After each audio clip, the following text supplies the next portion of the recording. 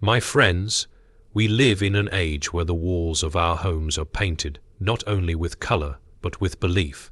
The modern world, having grown weary of doctrine, seeks meaning in design.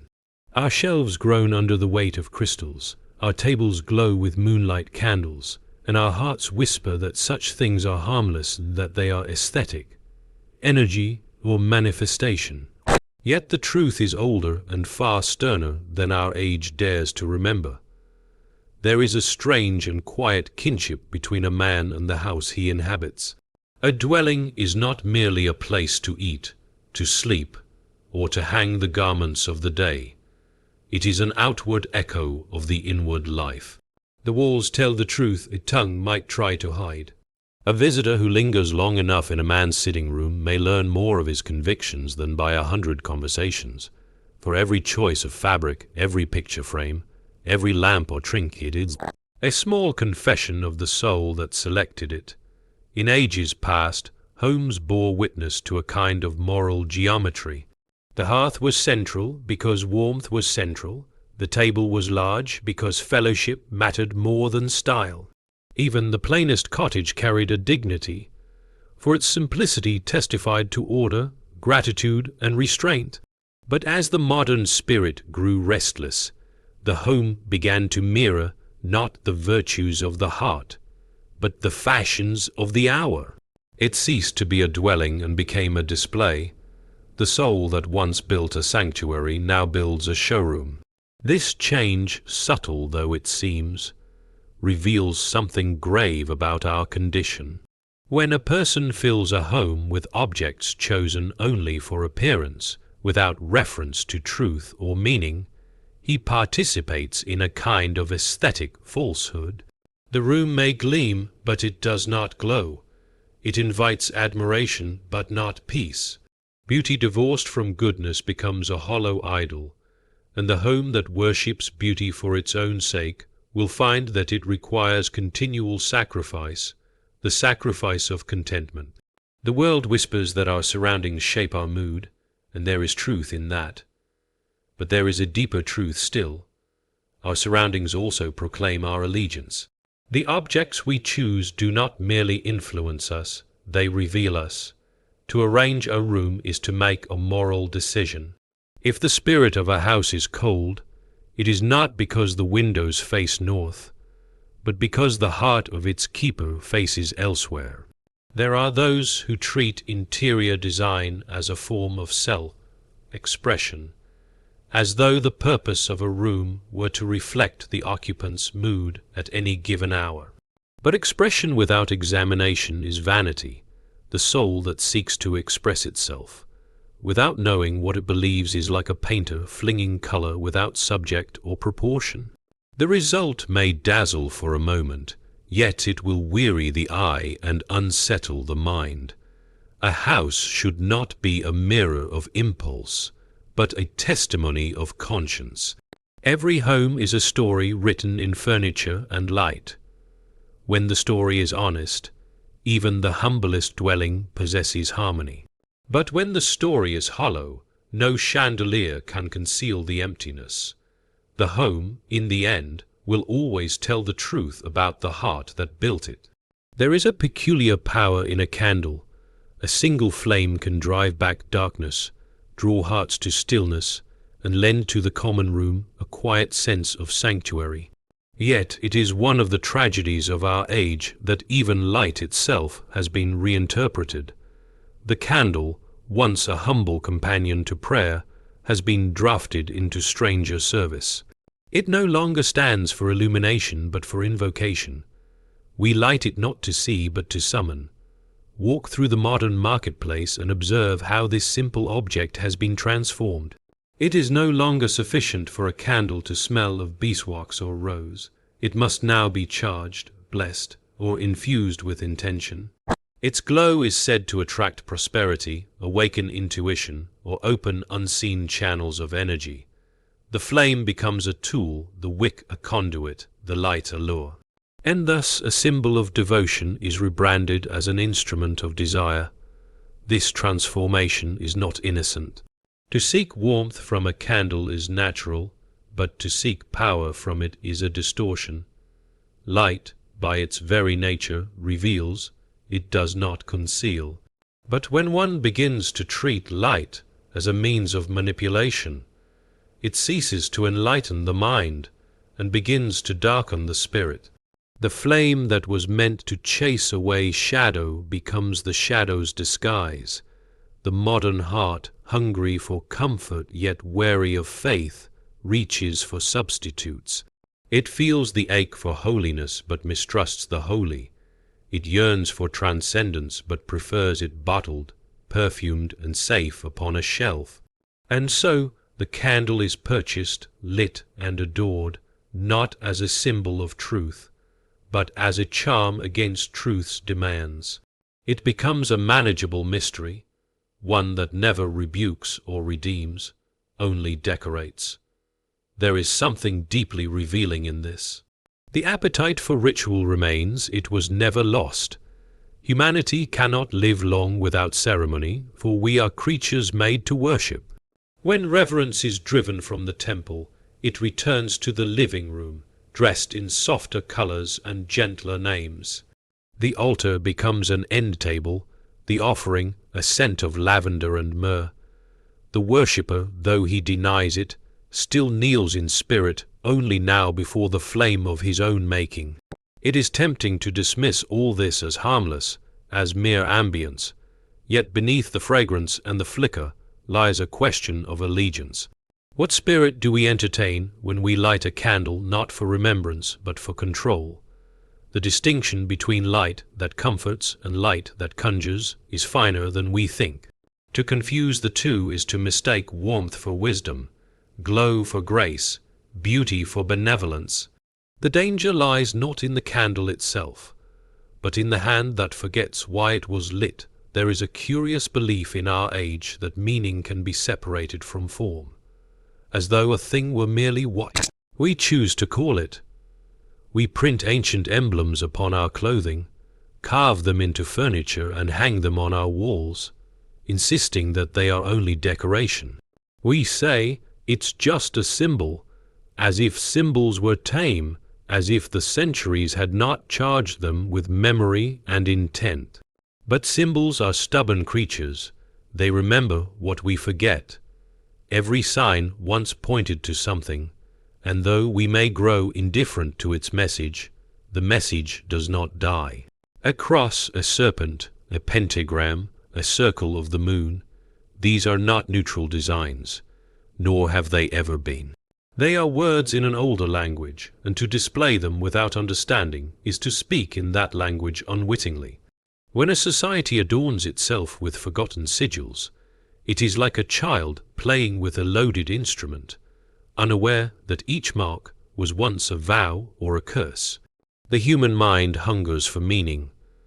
Even when it pretends to be disenchanted, it cannot help but invest objects with significance. The skeptic who scorns superstition still carries charms of luck, slogans of energy, or signs of manifestation. What he denies in doctrine, he practices in design. He rejects the sacred, yet yearns for the feeling of the sacred, and so he surrounds himself with imitation sacraments. The very shapes and patterns that once called upon gods and spirits now decorate our coffee tables. There is irony in this. A civilization that prides itself on disbelief still fills its homes with the vocabulary of belief. We resurrect the ancient runes not to honor their makers, but to borrow their mood. We want the depth without the discipline, the mystery without the master. But symbols are not mere patterns of ink and stone. They are vessels. They carry the echo of worship, the residue of devotion, the memory of hands that once drew them in fear or faith. To invite them in ignorance is to open a door without knowing who stands beyond it. This is why the old teachers warned that certain emblems should not be trifled with. They understood that the world of matter and the world of spirit are not neatly divided, that what we inscribe upon wood or metal can shape what stirs within the soul. To hang a symbol is to declare something, whether we mean to or not. The line between art and invocation is thinner than vanity admits. The designs we defend as harmless may whisper to the unseen. The shapes we deem fashionable may still serve their ancient purpose, quietly teaching the heart to bow in directions it no longer recognizes. There is a subtle hunger within the human soul, the desire not only to be loved, but to be powerful. Once, power was sought in noble ways, through virtue, wisdom, and mastery of self. But in an age that doubts virtue and despises humility, power has been reimagined as charm. The modern heart no longer asks to be righteous, it asks to be magnetic. It no longer seeks transformation of the soul, but manipulation of its surroundings. What used to be called character is now called energy. What used to be discipline is now design. This confusion has crept into our homes. The world tells us that certain objects, colors, and symbols will attract abundance, amplify strength, or manifest intentions. The language of witchcraft has been repackaged in the tones of lifestyle. The old spells are now slogans. The talisman has become a decorative accessory. What once belonged to the ritual of the sorcerer is now sold beside scented pillows and woven rugs. We are invited not to believe in magic, yet to practice it unconsciously, to rearrange our space as though the right pattern of candles and stones could command the universe to obey our will. There is, in this, a deception both clever and ancient. It tells us that power lies close at hand, that we need only awaken it, polish it, or arrange it tastefully on a marble shelf. It flatters the ego with the illusion of control, but power divorced from submission is not strength. It is rebellion in disguise. When a creature forgets that it was made, it begins to believe it can make its own reality. That belief is older than any religion, and its author older still. The pursuit of charm often masquerades as beauty. It dresses itself in candles, crystals, moonlight, and silk. It calls itself manifestation, alignment, or energy cleansing. But beauty is not charm, and charm is not beauty. Beauty draws us towards something greater than ourselves. Charm draws everything toward ourselves. The one humbles, the other intoxicates. The one lifts the eyes upward, the other fixes them upon the mirror. The difference seems small, but the direction is everything.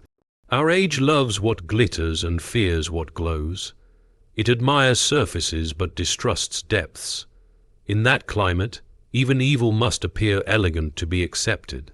Thus the ancient symbols of control, the pentacle, the serpent, the mirror, reappear under the banner of self-empowerment.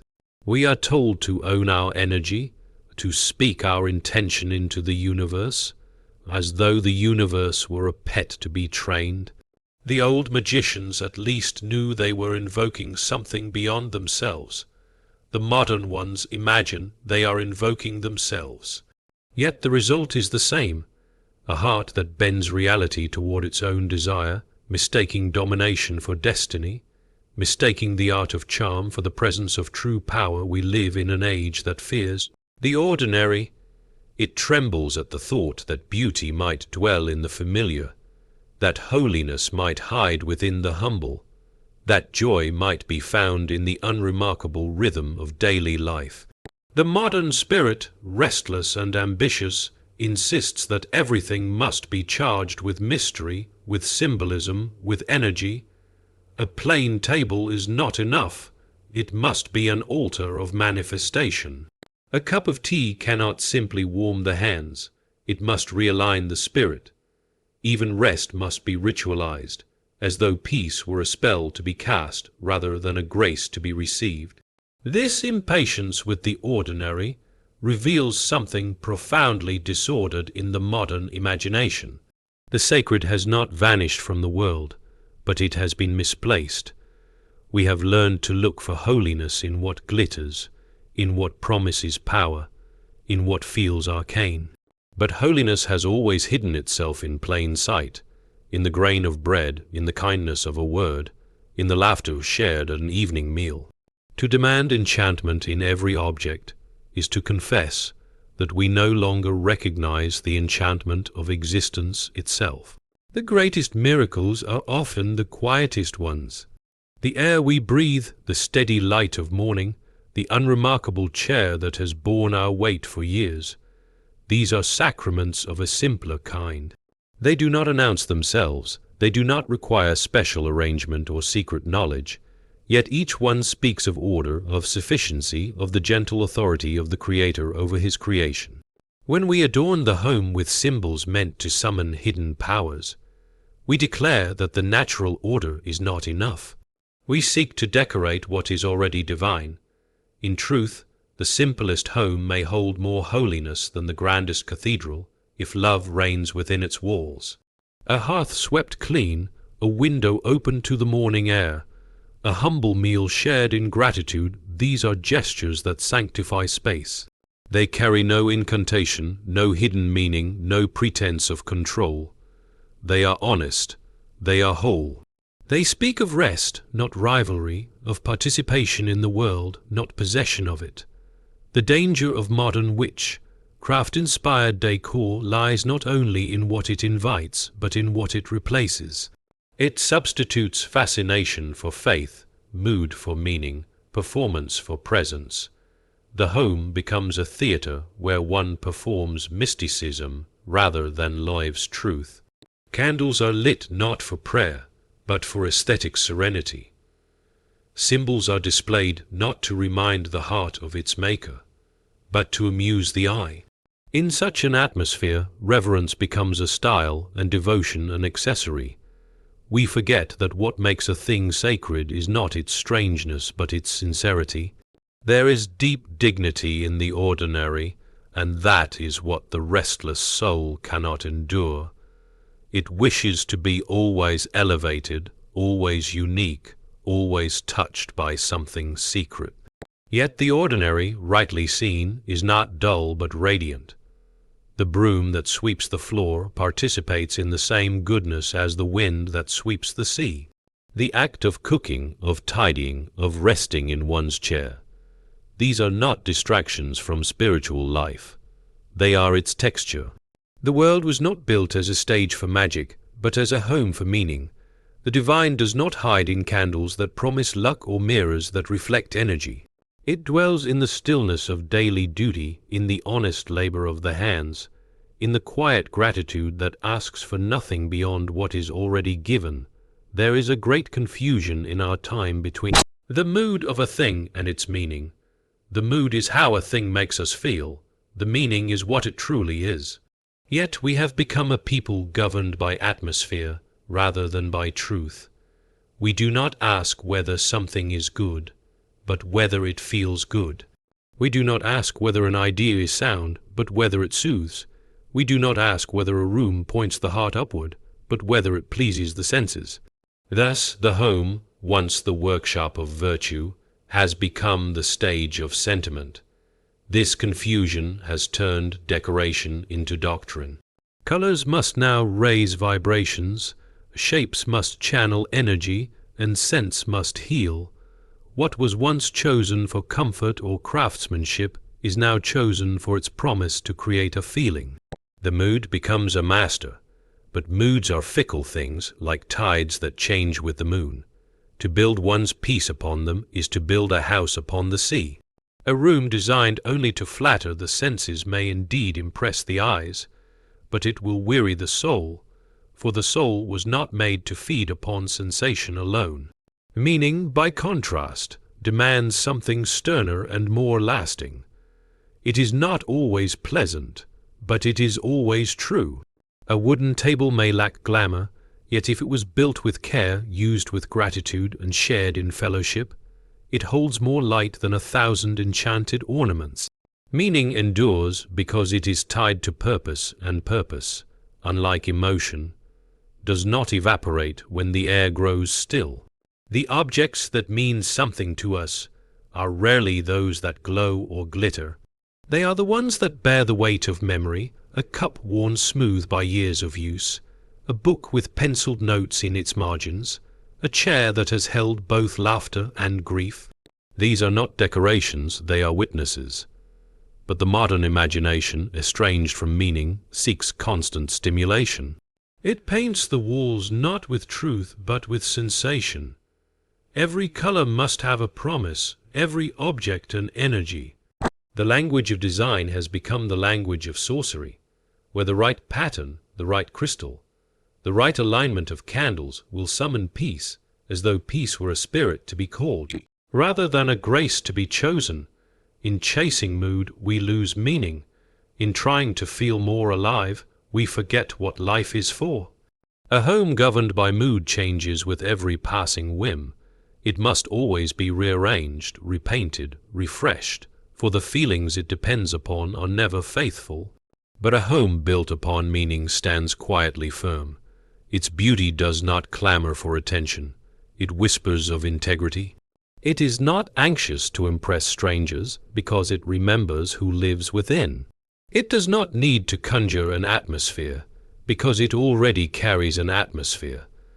The natural fragrance of peace that comes from order, honesty, and gratitude. To choose meaning over mood is to return to sanity. It is to remember that beauty is not a drug for the nerves but a discipline for the heart. The truest decor is not what flatters the eye but what forms the soul. The colors, the textures, the light, the arrangement, all these things either lead us toward clarity or lure us toward confusion. When they are chosen with humility, they become signs of order and joy. When they are chosen for the sake of power or pleasure, they become shadows masquerading as light, emotion parading as truth, and mood pretending to be meaning. The home is not merely a shelter of walls and windows. It is a mirror of the soul that inhabits it. Every object we welcome within those walls declares, silently, what we worship. In our eagerness to appear enlightened or aesthetically awakened, we have forgotten that beauty itself is not the highest good. Beauty must serve truth or it becomes its rival. When the pursuit of charm replaces the pursuit of virtue, the household turns from sanctuary to stage. The trends that clothe themselves in the garments of witchcraft promise power, balance, and healing, yet beneath their fragrance and shimmer lies a subtle rebellion. The desire to be one's own source of light. It is an old desire, older than memory, and it never ends well. For every charm that claims to empower the self whispers the same ancient lie, that we can control what was meant to be received. True peace is not summoned, it is given. True light is not lit by our own hand, it dawns from beyond us. The sacred is not found in symbols that imitate mystery, but in humility that welcomes grace.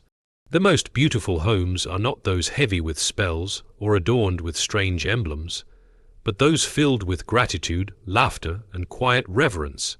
Let your home be honest, let it breathe with simplicity, let it bear the scent of kindness rather than incense, and the glow of love rather than enchantment.